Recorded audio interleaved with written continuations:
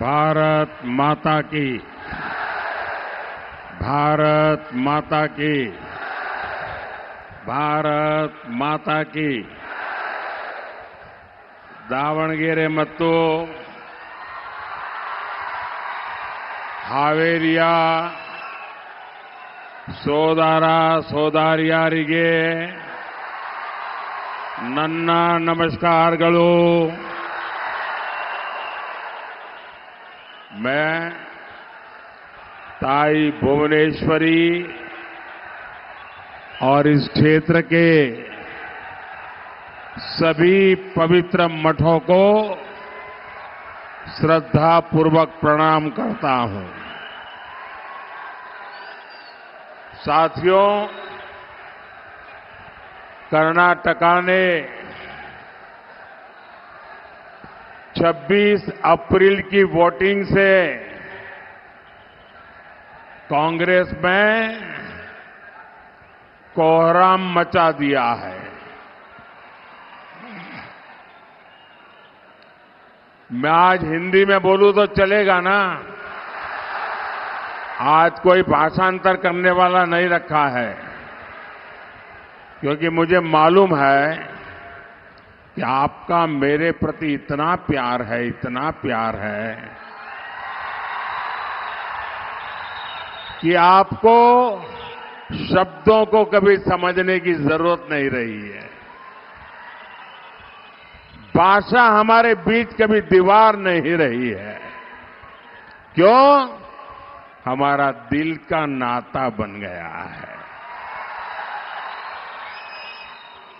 भाइयों बहनों, 26 अप्रैल को जो मतदान हुआ और कर्नाटका ने, यहां की माताओं बहनों ने, यहां के फर्स्ट टाइमर वोटरों ने जो कमाल करके दिखाया है, पूरी कांग्रेस ऊपर से नीचे तक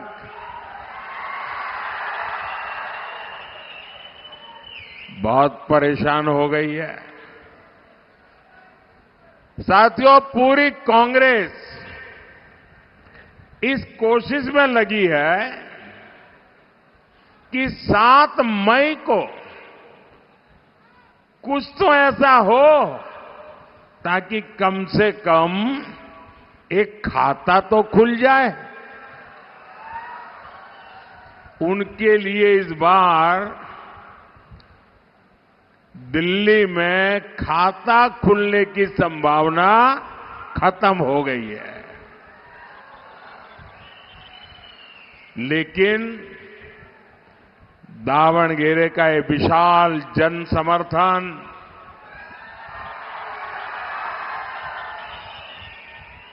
ये बता रहा है कि कर्नाटका की जनता कांग्रेस को उसके पापों की सजा दे करके रहेगी। साथियों, अब वो दिन दूर नहीं जब कांग्रेस पार्टी के अलग अलग गुटों में भीतर ही भीतर जो गृह युद्ध चल रहा है वो सड़क पर आने वाला है। सारे गुट हार का ठिकरा एक दूसरे के सिर पर फोड़ते नजर आएंगे। और इनका तो मुसीबत ऐसी है कि पहले जब भी हार जाते थे तो ईवीएम को टोपी पहना देते थे। क्यों हारे? ईवीएम। डिपॉजिट क्यों गई? ईवीएम। मोदी क्यों जीत गया? ईवीएम। वो दिन रात चुनाव आते ही ईवीएम ईवीएम ईवीएम की माला जपते रहते थे।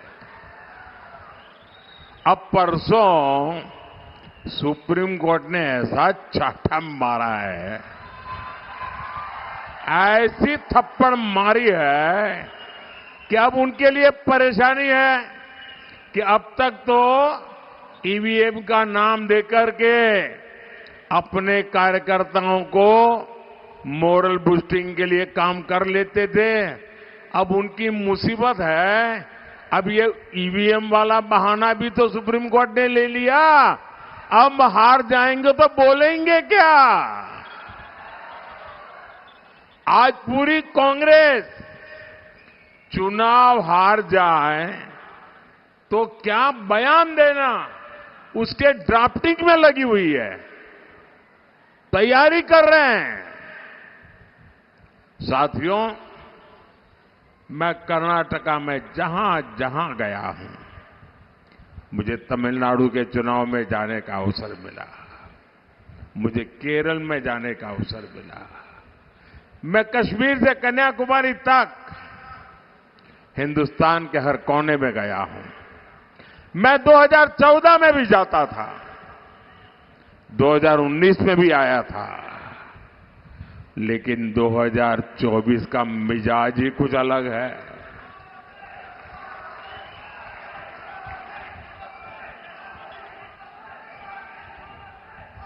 क्योंकि देशवासियों ने 10 साल हर पल मोदी को कसौटी से कसा है, तराजू से तोला है। मोदी की वाणी, मोदी का वर्तन, मोदी का समर्पण, 10 साल से देश 280 करोड़ निगाहें हर पल मोदी को देख करके सही गलत का फैसला करते हैं। और अनुभव के बाद 10 साल की कठोर कसौटी से निकल करके आज जब मोदी आया है तो आपका जाना हुआ मोदी है, आपका परखा हुआ मोदी है और आपके लिए जिंदगी खपाने वाला मोदी है। और ये मैं आज जो 14 में नहीं देखा, जो 19 में नहीं देखा, वो 24 के चुनाव में मैं भरपूर देख रहा हूं। मेरी माताएं बहनें, ऐसा लग रहा है मोदी का एक अभेद्य रक्षा कवच बन गई है पूरे देश की माताएं बहनें। छोटी छोटी बालिकाएं, मैं यहां देख रहा हूं कितनी बालिकाएं ऊपर हाथ कर रही है।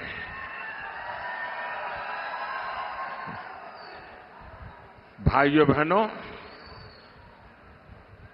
एक तो राजनीति कांग्रेस के अपने कारनामों के कारण पिछले 70 साल में क्षेत्र बदनाम हो चुका था। उसके बावजूद भी मोदी को इतना प्यार, इतने आशीर्वाद शायद अनेकों जन्मों का पुण्य है या परमात्मा ने मुझे भेजा है, तब जाकर के ऐसे आशीर्वाद मिलते हैं।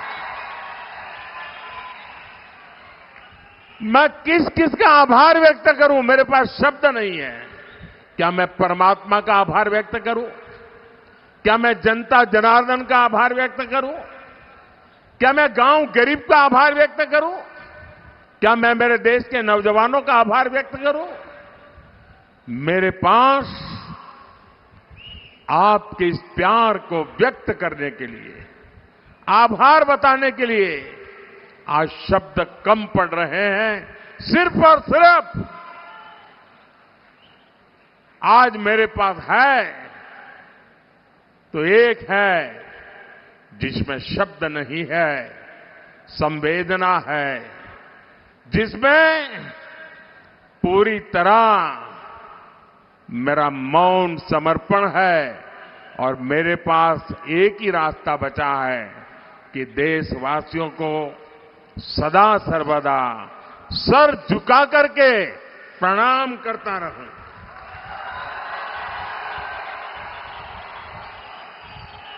नम्रता पूर्वक ये सर झुकाकर हमेशा हमेशा के लिए मेरे देशवासियों को मैं प्रणाम करता रहूं, उनके आशीर्वाद लेता रहूं और न कभी थकूंगा, ये मेरी गारंटी है। न कभी थकूंगा, न कभी रुकूंगा, न कभी झुकूंगा और हर पल आपके लिए जूझता रहूंगा। ये गारंटी मोदी ने 10 साल आपने मुझे देखा। भाइयों बहनों, आज मैं जहां जाता हूं, देश के हर कोने से, कर्नाटका के हर कोने से एक ही आवाज आती है, एक ही सुर सुनाई देता है। फिर एक बार, फिर एक बार, फिर एक बार 4 जून को पूरे कर्नाटका में सेलिब्रेशन होने जा रहा है। और सेलिब्रेशन ऐसा वैसा नहीं होगा। ये मेरे दावणगेरे में तो स्पेशल बेणे डोसा,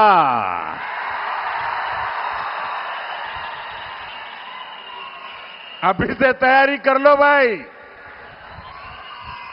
बेणे डोसा की महक बढ़ने वाली है।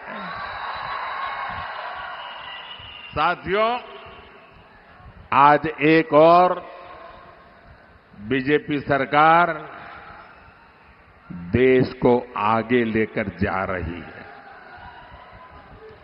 दूसरी ओर कांग्रेस कर्नाटका को पीछे धकेल रही है। एक और मोदी का मंत्र है, विकसित भारत के लिए 24 घंटे काम, बिना रुके, बिना थके, 24 घंटे काम, 24/7, 24/7 और 2047।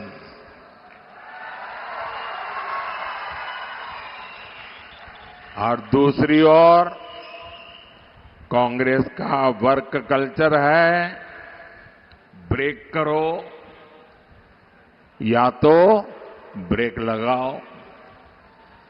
कांग्रेस देश की एकता को ब्रेक करने में जुटी हुई है और डेवलपमेंट के कामों पर ब्रेक लगाने में लगी हुई है। साथियों, बीते 10 वर्षों में एनडीए ने कर्नाटका के विकास के लिए जितना काम किया, येदियुरप्पा जी और बसवराज बोम्माई जी ने कर्नाटका के लिए जो मेहनत की, कांग्रेस उसे बर्बाद करने पर तुली है। और कर्नाटका में कांग्रेस जनता को एड्रेस नहीं कर रही है। वो सुबह शाम तय करते हैं कि नंबर 2 एक को कैसे मारेगा, एक नंबर तय करता है नंबर 2 को कैसे मारेगा। वो उसको नीचा दिखाने के लिए क्या करेगा, ये उसको नीचा नहीं गया, ये यही खेल चलता है। कर्नाटक को ऊंचा दिखाने के लिए उनके पास कोई विजन ही नहीं है। अपने इन गुटबंदी के कारण, अपने ही भाई भतीजावाद के कारण, उनकी गलत नीतियों के कारण कांग्रेस कर्नाटका में युवाओं, किसानों और सामान्य नागरिकों के भविष्य से खिलवाड़ कर रही है। और कर्नाटका कांग्रेस का हाल देखिए जी। वो जनता को तो समझा नहीं रहे कि अंदर अंदर क्या करते हैं। अच्छा भाई 2.5 साल ये बैठेगा, बाद में 2.5 साल तुम आ जाना। अब ये 2.5 साल वाले एक दूसरे के पैर काटेंगे कि नहीं काटेंगे। और मैंने तो सुना है कि इंडिया अलायंस वालों ने एक नई फॉर्मूला खोज निकाली है, क्योंकि मैंने एक पब्लिक मीटिंग में पूछा कि भाई इतना बड़ा देश आखिरकार किसको सुपुर्द करे। आज देश 5 साल के लिए जिसके भी हाथ में देना है तो हम सोच विचार कर देंगे कि नहीं देंगे। सोच करके देंगे कि नहीं देंगे। ऐसे ही हाथ बंद करके कोई भी आया तो दे देंगे क्या?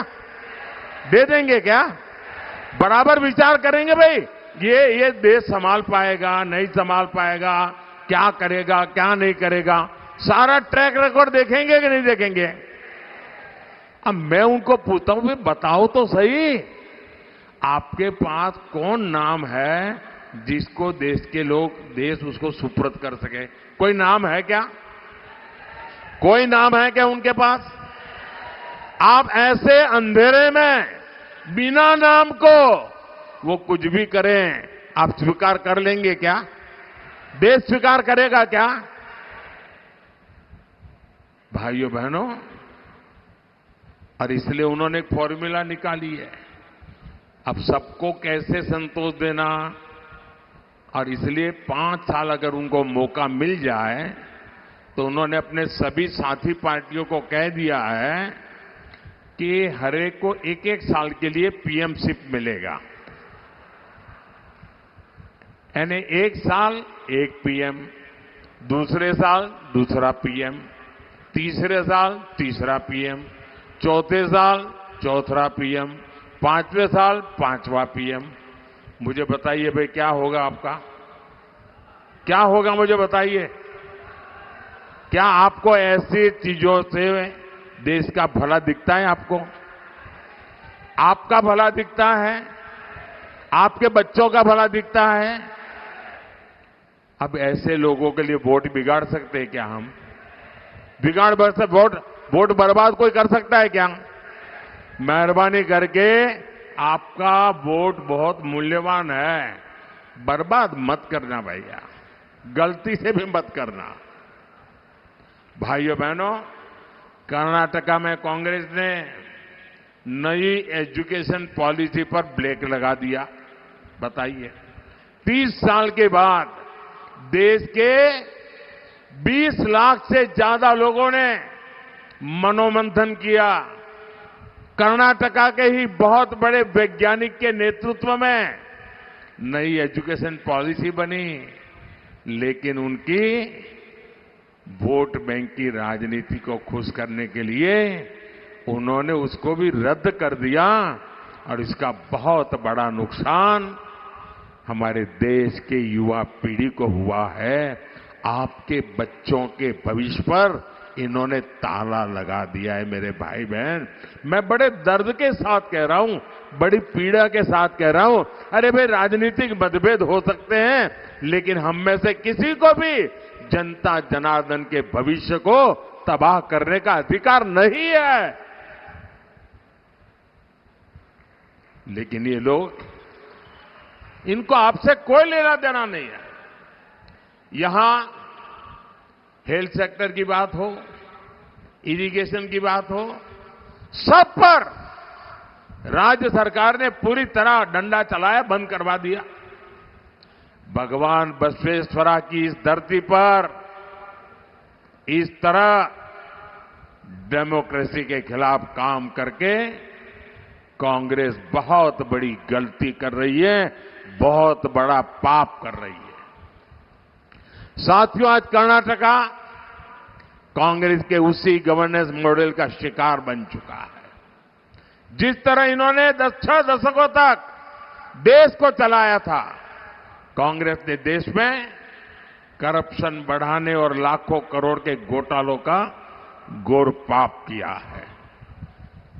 क्या ऐसे लोग तेजी से विकास कर रहे हमारे भारत की कमाल, उसका नेतृत्व जो बर्बाद करते हैं वो लोग कर सकते हैं क्या? इन पर भरोसा कर सकते हैं हम? साथियों, एक समय था जब गरीबों, एससी, एसटी, ओबीसी, पिछड़ों के हक की योजनाएं कांग्रेस के करप्शन का मुख्य स्रोत हुआ करती थी। कांग्रेस के पूर्व पीएम कहते थे कि गरीबों के लिए 1 रुपया भेजते थे तो सिर्फ 15 पैसा, 15 पैसे पहुंचता था। जरा मैं पूछना चाहता तो 1 रुपया निकलता था, 15 पैसा पहुंचता था, तो बीच में कौन सा पंजा था जो 85 पैसे मार लेता था? साथियों, यही नहीं, वंचित वर्ग के नाम पर कांग्रेस ने फेक लाभार्थी भी बना रखे थे। करप्शन का तरीका देखिए, जो पैदा नहीं हुआ, जिसका जन्म नहीं हुआ, उसकी वो शादी भी लिखवा देते थे, फिर उसको वीडियो भी बना देते थे और वीडियो बना करके वीडियो वाली योजनाएं मार खाते थे लोग। ये करप्शन में मास्टरी थी इनकी। हमारी सरकार ने ऐसे 10 करोड़ नाम निकाले जो पैदा ही नहीं हुए थे लेकिन बेनिफिट ले रहे थे। हमने 10 करोड़ ऐसे झूठे नाम निकाले और इन लोगों की कमाई करने के सारे रास्तों को मैंने ताला लगा दिया है। आप कल्पना कर सकते हैं, जितनी कर्नाटका की कुल जनसंख्या है उससे ज्यादा ऐसे लोग कागजों पे थे जिनका कभी जन्म ही नहीं हुआ था और सरकारी खजाने से पैसा जाता था। कांग्रेस सरकार ये जो जन्मे नहीं है ऐसे लोगों के नाम पर हजारों करोड़ रुपए भेजकर बीच में से मार लेती थी और ये पैसे जाते थे ये कांग्रेस की पूरी इकोसिस्टम को, कांग्रेस के बिचौलियों की जेब भरती थी। अब मोदी ने इन योजनाओं को आधार और डायरेक्ट बेनिफिट ट्रांसफर से जोड़ दिया है। बीजेपी ने अब गरीब को उसका हक दिया है। अब मोदी जो पैसा आपको भेजता है वो पूरा का पूरा आपके बैंक अकाउंट में पहुंचता है। मोदी 1 रुपया भेजता है तो पूरे के पूरे 100 पैसे पहुंचते हैं।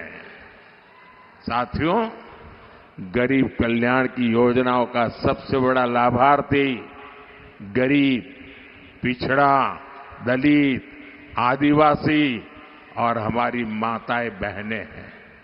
इसलिए कांग्रेस को जहां मौका मिलता है वो इस वर्ग पर अपना आक्रोश उतारती है। कर्नाटका में कांग्रेस ने एससी एसटी वेलफेयर फंड के 11,000 करोड़ रुपए डाइवर्ट कर दिए जो एससी एसटी समाज के लिए थे। उनको जहां चोरी करने का मौका मिलता था वहां भेज दिया। कांग्रेस इस कोशिश में लगी रही कि एससी एसटी वेलफेयर फंड का पैसा कैसे कांग्रेस करप्शन फंड में ट्रांसफर किया जाए।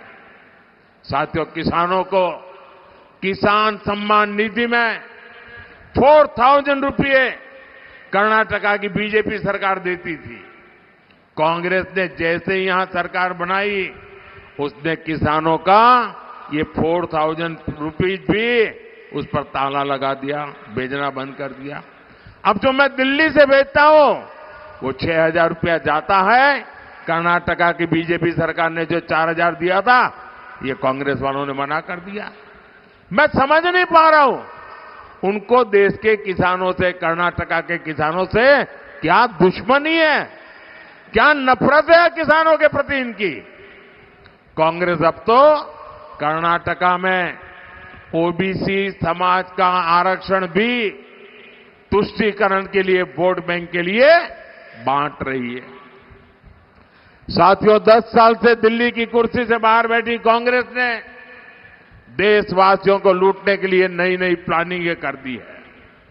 अब आपकी संपत्ति को सीधे लूटने के लिए कांग्रेस इनहेरिटेंस टैक्स का आइडिया लेकर के आई है। अभी आइडिया समझने जैसा है।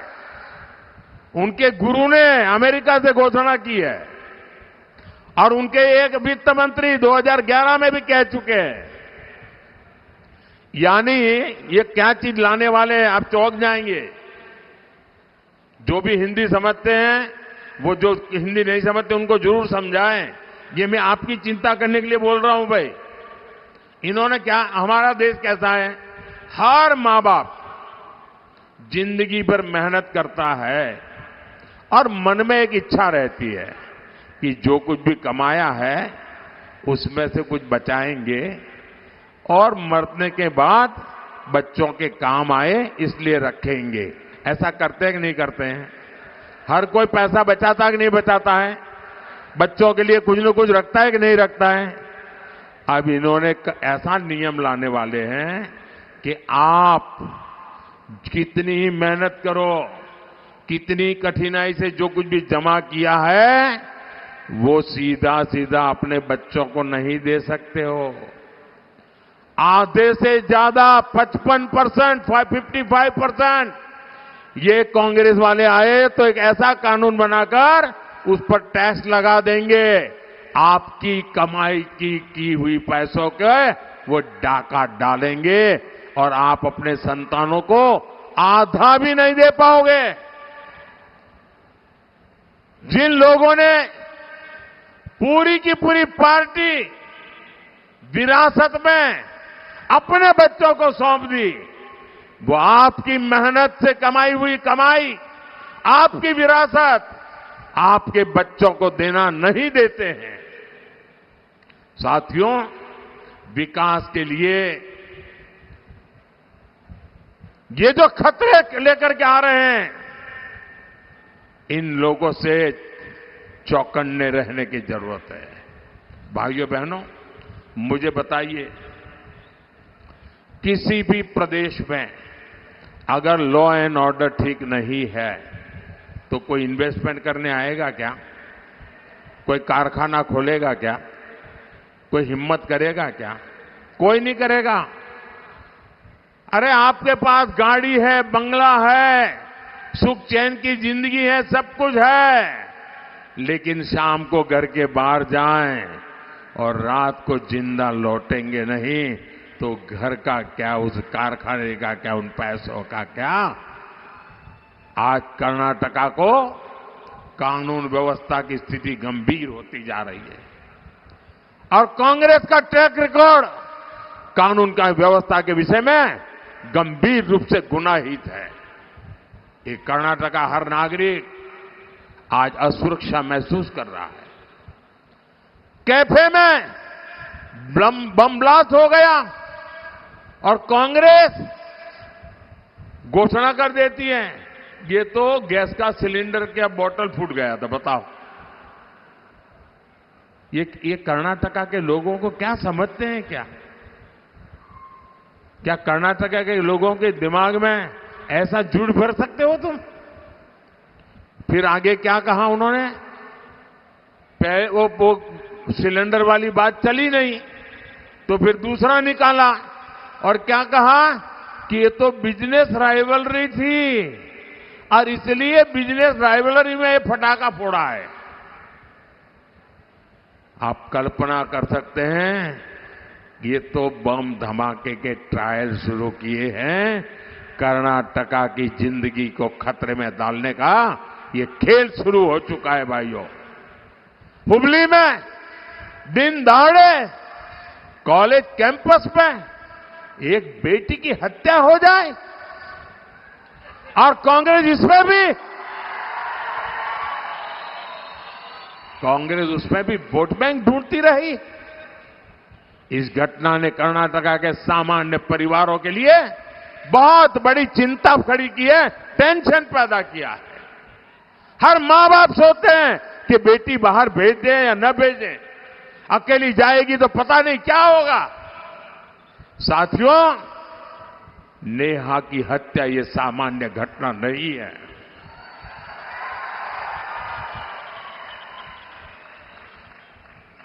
और सरकार में बैठे हुए लोग वोट बैंक की चिंता में डूबे हुए हैं। ये खतरनाक माइंडसेट है। और ये कांग्रेस, पीएफआई, जिस पर प्रतिबंध लगा हुआ है, देश विरोधी कृत्यों के लिए प्रतिबंध लगा है, आए दिन बम धमाके करने की आदि पीएफआई को ये मोदी सरकार ने हिम्मत करके उस पर प्रतिबंध लगा दिया। उसके बड़े बड़े 30 मार्का जेलों में सड़ रहे हैं।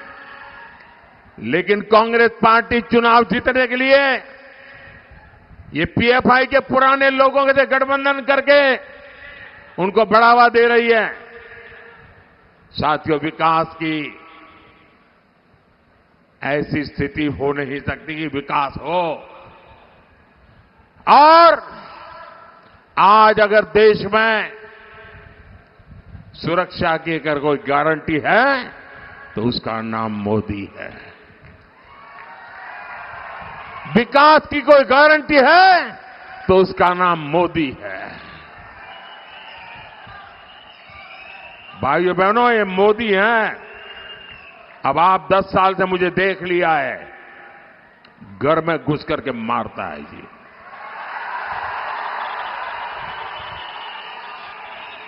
मेरे लिए, मेरे देशवासियों की सुरक्षा ये मेरी सबसे बड़ी प्राथमिकता है। और इन 10 वर्षों में कर्नाटका ने मोदी के विकास की स्पीड भी देखी है और मोदी के विकास का स्केल भी देखा है। 2014 में, यानी इतने दशकों तक कांग्रेस सरकार रहने के बाद कर्नाटका में केवल 25 नेशनल हाईवे थे और आज ये संख्या 47 हो चुकी है भाइयों बहनों। यानी कर्नाटका में हाईवेज की संख्या करीब करीब डबल हो रही है। साथियों, हमारी सरकार ने दावणगेरे को कर्नाटका का स्मार्ट सिटी के रूप में सिलेक्ट किया है। आज स्मार्ट सिटी मिशन के तहत 2000 करोड़ रुपए के प्रोजेक्ट, उस पर काम पूरा हो चुका है। दावणगेरे और हरिहरा रेलवे स्टेशन को भी अपग्रेड किया जा रहा है। तुमकुरू से दावणगेरे तक डायरेक्ट रेल लिंक की परियोजना भी बनाई गई है, जिसका लाभ पूरे क्षेत्र को मिलेगा। साथियों, युवा एस्पिरेशंस को पूरा करना ये भाजपा की प्राथमिकता है। हमारी सरकार है दावणगेरे में सॉफ्टवेयर पार्क ऑफ इंडिया के सब सेंटर की स्थापना भी की है। इससे यहां के युवाओं को, स्टार्टअप्स को नए अवसर मिलेंगे। आधुनिक इंफ्रास्ट्रक्चर के विकास के दावणगेरे की टेक्सटाइल इंडस्ट्री को भी गति मिलेगी। साथियों, बीते 10 वर्षों में हमने कर्नाटका के विकास के साथ साथ कर्नाटका की विरासत को भी नई पहचान दी है। 7 मई को आपका वोट देश के विकास के साथ साथ कर्नाटका की इस विरासत को भी आगे बढ़ाएगा। बीजेपी ने दावणगेरे से श्रीमती गायत्री सिद्धेश्वरा और हावेरी से श्री बसवराज जी बोम्बाई को प्रत्याशी बनाया है। आप इनको जब कमल दबा करके वोट दोगे ना, आप पक्का मान के चलिए, मोदी की गारंटी, जब आप उनको वोट देंगे ये वोट सीधा सीधा मोदी को पहुंचेगा।